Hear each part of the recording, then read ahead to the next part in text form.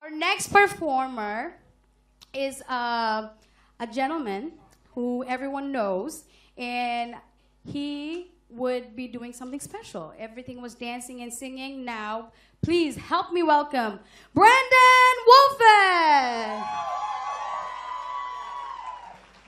Hi, Brandon. How are you?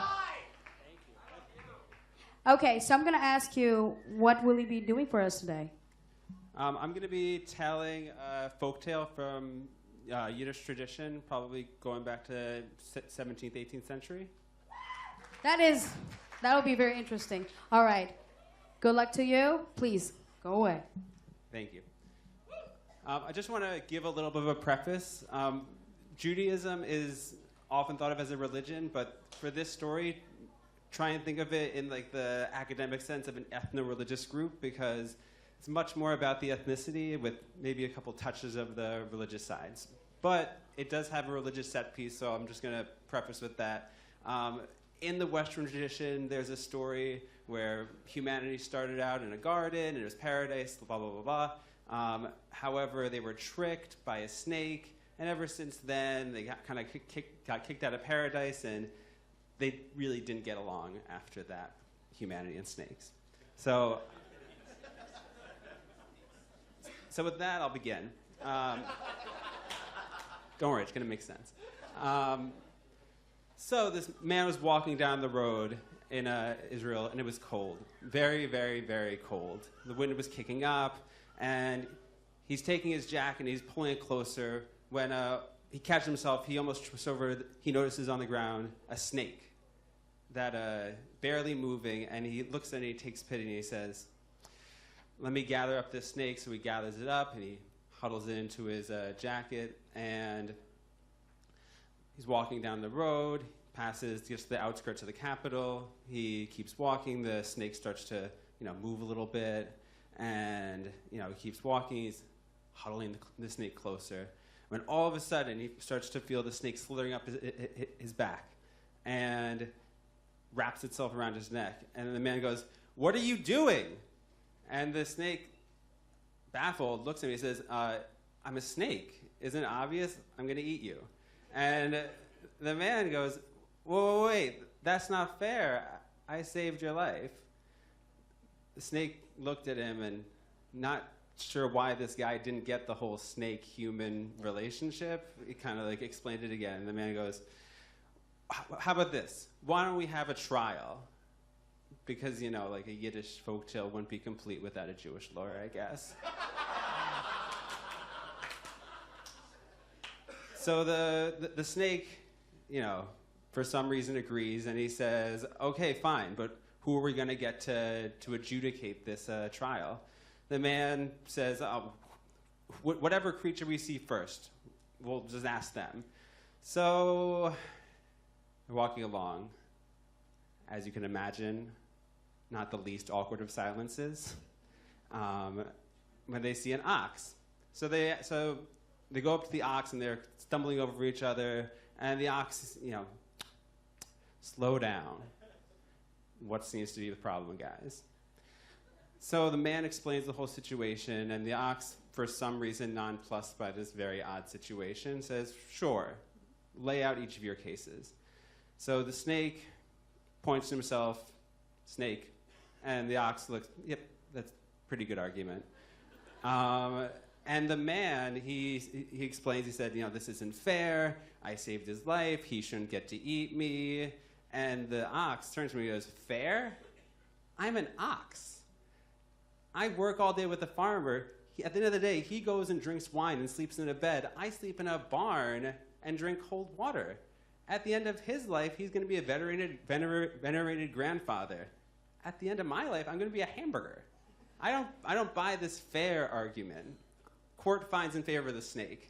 Snake's very excited by this, and the ox walks away, and the man goes, wait, that's not fair, that's not fair. The jury wasn't fair in this situation, and the snake, well, with the whole hamburger remark, thought that maybe he was right, it wasn't fair. So they keep walking down the road, and come to a donkey, and I'm just going to kind of skip that because fairy tale's like threes, and it really plays out the same way.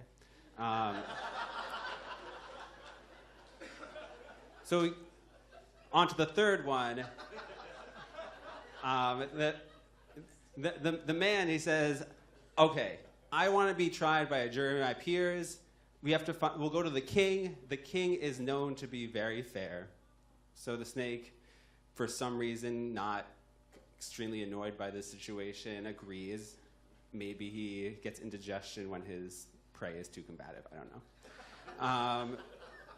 So they go to the Capitol, and apparently it's really easy to get audience with the king to be heard a trial between a man and a snake at midnight.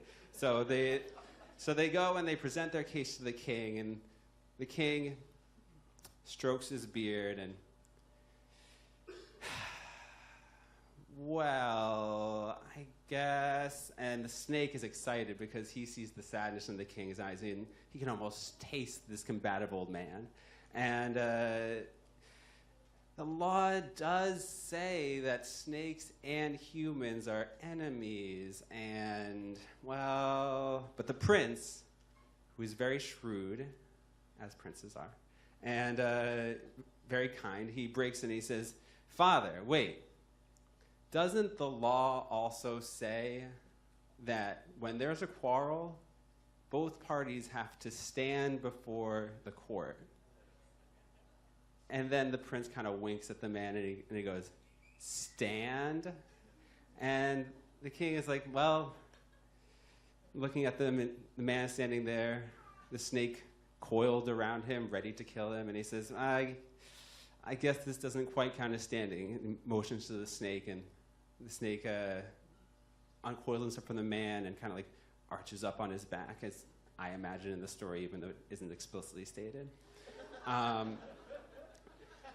And then the prince goes, now! And then the man hits the snake with a stick.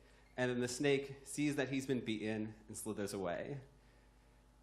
The man thanks the prince for his cunning and thanks him for saving his life. And they have a nice dinner, and everyone lives happily ever after, except for the hungry snake.